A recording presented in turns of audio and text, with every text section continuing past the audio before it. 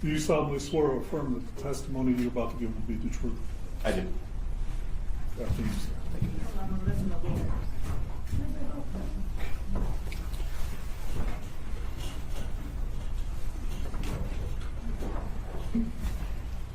Officer Bennett?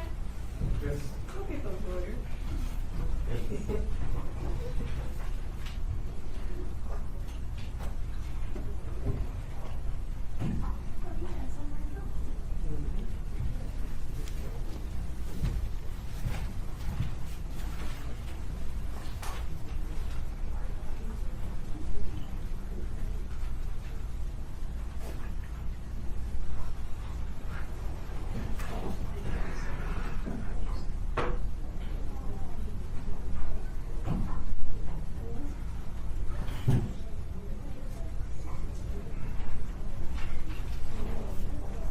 All right, counsel, you're witness. Good afternoon. Could you please state your name? Yes. My name is Special Agent Christopher Siegel. And where do you work? I work for the FBI. And how long have you been an FBI special agent for? Just shy of 18 years. Did you work as a police officer for any other agencies prior to that, or just for the FBI? Just the FBI. All right. And did you, through your work in the FBI, become involved in the investigation into the missing person by the name of London Thomas? I did. And how did the FBI become involved in that investigation? We were originally contacted by the Detroit Police Department Missing Persons Unit. They asked for assistance in locating London. And so you were assigned to help in that investigation? I was. Were there other investigators from the FBI who were also involved? There were. And your team or unit with the FBI, were you handling this investigation by yourselves, or were you working with other police agencies like the Detroit Police? Yeah, that's correct. We were supporting the local police agencies. Okay, and you in particular, like what was your responsibility or job responsibilities in the course of that investigation? So I was assigned as the lead investigator on the FBI side for that investigation. Like I said, we were originally contacted by the Detroit Police Department, also Inkster Police Department as well.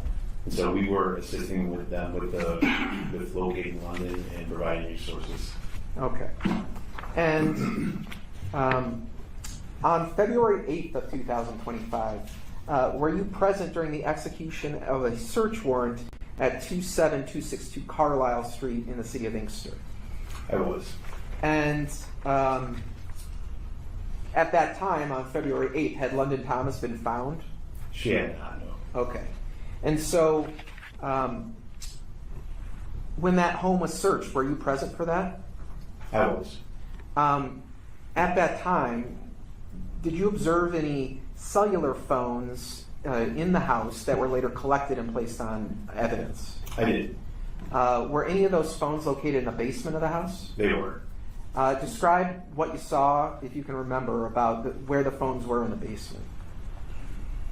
From what I can recall, they were located there was a corner in the basement that appeared to be a makeshift bedroom, if you will. There was a bed and a dresser, and the phones were in that general area. Okay. Now, while you were there on the 8th, did you have an opportunity to speak with somebody by the name of Jalen Pendergrass? I did. And do you see that person in court today? I do. Can you point to that person and describe what he's wearing?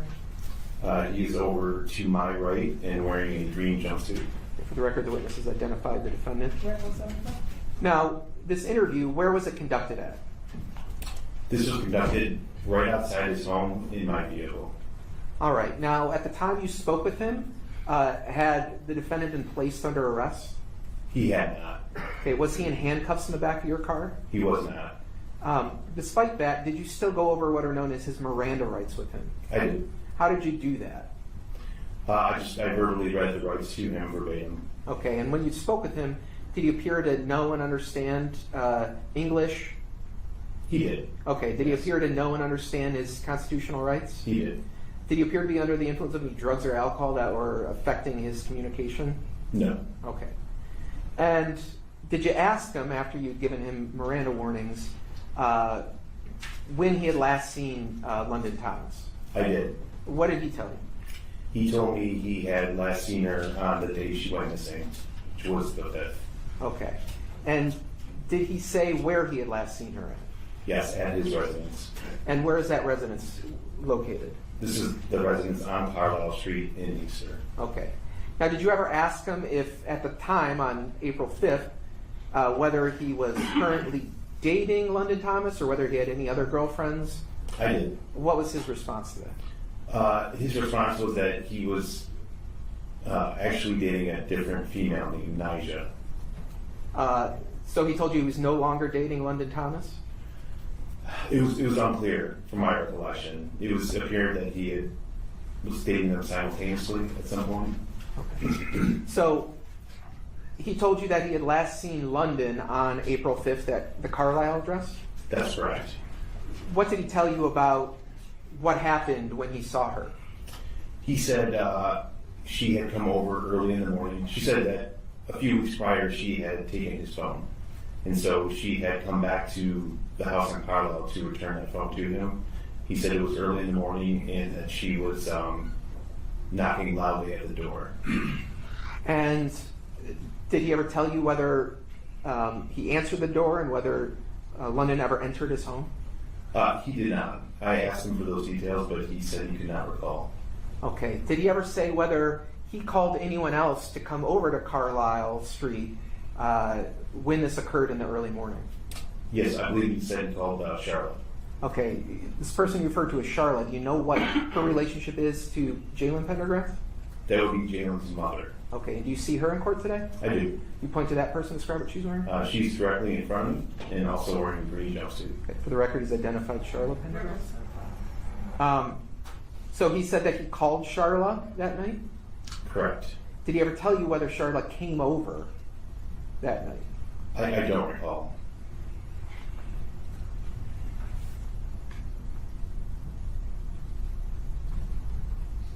If you were to look at something, could that refresh your memory? That would.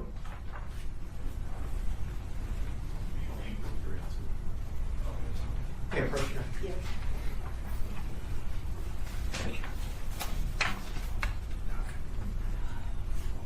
Do you want to see?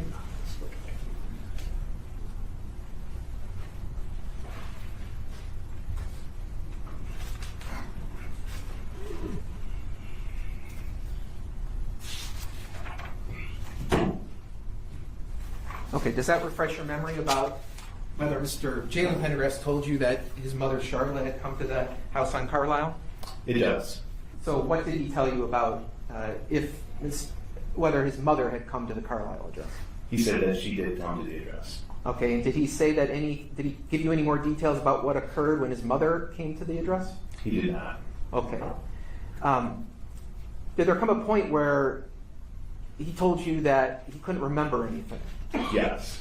Okay, describe how that happened.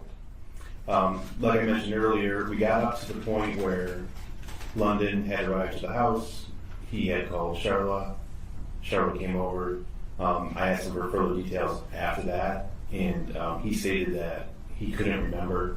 I believe he said specifically he couldn't remember because it was early in the morning. And you're asking about events that had occurred 3 days prior to your conversation with him? That's correct. Did he ever tell you he had some sort of memory issues or any explanation for why he couldn't remember events He did 72 not. hours before? He did not. Okay. So I now want to go to April 10th. Were you at a home located at 49141 Paloma in Van Buren Township? I was. And was there a search warrant executed at the home at that time? There was. And that day, while you're at the Paloma address, did you speak with Charla Pendergrass? I did. Where did that conversation occur? That occurred outside the home, also in my vehicle. All right. Now, had Charla Pendergrass been placed under arrest when you talked to her?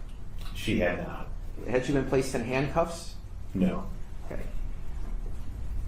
Regardless of whether she was detained or arrested, did you go over her Miranda rights with her? I did. How did you do that? I read them verbatim, and I also explained to her that she was not under arrest and free to leave. Okay. And did she appear to know and communicate with you in English? She did. She appeared to be under the influence of any substances that were affecting her ability to communicate? No. And did she appear to you to understand her Miranda rights as you read them to her? She did. Okay. So did you ever ask Ms. Charla Pendergrass when she had last seen London Thomas? I did. What did she tell you about that? She told me that she had last seen London also on April 5th at the residence on Carlisle. All right. And what did she tell you about what happened when she saw London Thomas at Carlisle Street? She said she didn't go into too many details about what happened in the house, but she said that London did leave on her own on foot. Okay. Did she ever tell you anything about offering to give London Thomas a ride, or how she was going to leave the house? Yes, she said she offered to give London a ride, but London refused. Okay. Now, did you ever ask her whether or not she knew where London Thomas was headed or where she was going when she left the house on foot? I did, yes. She said she did not know. Okay. Now, do you recall asking her whether or not London Thomas took her phone with her when she left? Yes, I asked Charla that. Okay, and do you recall what her response was? She was not sure where the phone went, whether it was with London or somewhere else. Okay. So, in the course of this conversation, did you ever ask her whether, after Ms. Pendergrass had seen London leave on foot, whether she, I'm talking about Charla now, left the house on Carlisle? Yes, correct. Okay. So what did Charla Pendergrass tell you about leaving the house? She said a while later, her and Jalen became concerned about London leaving alone on foot, and that they got into their car to head to London's mother's home to warn her that London had left. And did she tell you that they did in fact go in the car and drive somewhere? She did. She said they both got in the car and they started to drive to London's mother's home, but at some point during that trip they decided against it and turned around and came back to Carlisle. Now, when you're having this conversation with her, were you aware of what call detail records were showing in terms of where London Thomas's phone may have been going and where Ms. Charla Pendergrass's and Jalen Pendergrass's phone may have shown at that time? I was. So did you confront her about any inconsistencies about the story that she told you? I did. And what was her response to that? Her response was essentially that she didn't remember any details about that specific trip. Okay. Did you ever ask her how it is that London Thomas's phone could be traveling in sync with her vehicle as it traveled away from Carlisle Street? I did. What was her response to that? Her response initially was that Charla often left her car unlocked. So her theory was London may have left the phone in the car at some point. When confronted some more, she said that maybe London was actually in the car for that trip. Okay. But she couldn't recall if London was actually in the car or not. So she couldn't remember whether London was in the car she was occupying with her and her son Jalen? That's correct. Now, on April 26th of 2025, in the early evening hours, did you go to 23645 Millard Street in Southfield? I did. And why did you go to that address? Earlier that day, I had received a call from an attorney of Jermaine Lynch stating that his client had received a bin, a plastic tote from Charla, and he was concerned about the contents of that tote, and he wanted law enforcement to check it out. And so, did you and other law enforcement agents go to that address? We did. And when you got there, did you see any vehicles in or around that area that were of interest? We did. What vehicle did you see? We specifically saw a white Ford Edge in the driveway. And ultimately, were you present when that car was opened so that you could look inside the car? I was. And did you see anything in the trunk of the trunk area of that Ford Edge?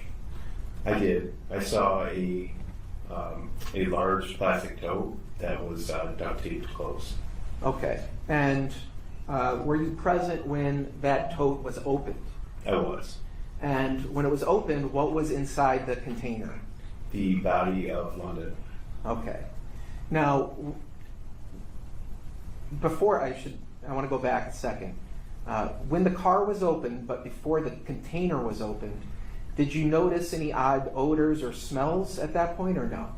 We did. As soon as the doors for the vehicle were opened, we collectively could we noticed the odor, what I recognized to be of a deceased person. Okay.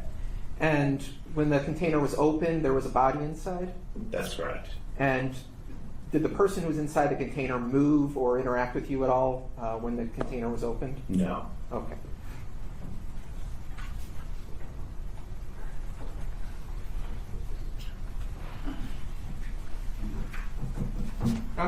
May I approach now? Yes. I'm going to show you what's been marked as People's Exhibit Number 2. It contains 4 pictures. If you could just look at these and let me know whether you recognize what's depicted in those photographs.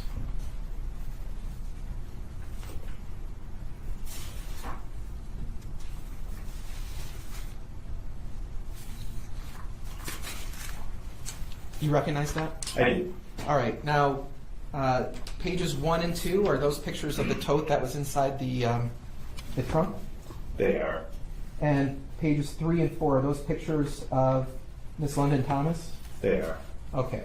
Now, as they're depicted here in these photographs, are those fair and accurate representations of how you personally observed these scenes when you were there in person? They are. Your Honor, at this point, people would move to admit People's Exhibit 2. Any objections? No objection on behalf of Ms. Charla Pendergrass. Mr. Clemens, any objections? For exam purposes only, Your Honor. Okay. All right. People's 2, minutes, 4 photographs. All right, so looking at page 2 of People's Exhibit 2, what is depicted in that photograph? This is a picture of the tote with the duct tape wrapped around it. All right, so the condition of the duct tape, that is as you first saw it? That's correct. Okay. And now, looking at Exhibit 4, that is a picture of London Thomas. That is. Is that a picture after she's been taken out of the container? Yes, that's correct. Is there anything about, or can you just describe the condition of her body when it was removed from the container? Yeah, so the first thing you can see is that she is bound by her wrist. And also there is, you can see decay on her face and in the back of her head, as well as some bruising in her shoulder area and arms. Is she, in the condition where she was found, was she wearing clothing when she was found? I believe she was wearing bottoms, but nothing on top. Okay, so a pair of underwear and that's it? That's correct. And the tape that's around her wrist, or sorry, you said she was bound by her wrist? Correct. She bound by? It appeared to be some sort of tape. Okay. May Your Honor, may I approach this to the court?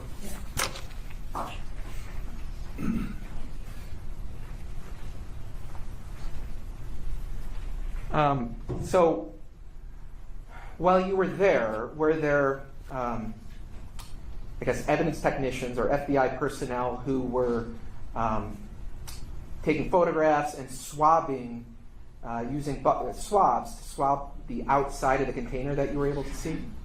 That's correct. We had called the FBI evidence response team. Okay.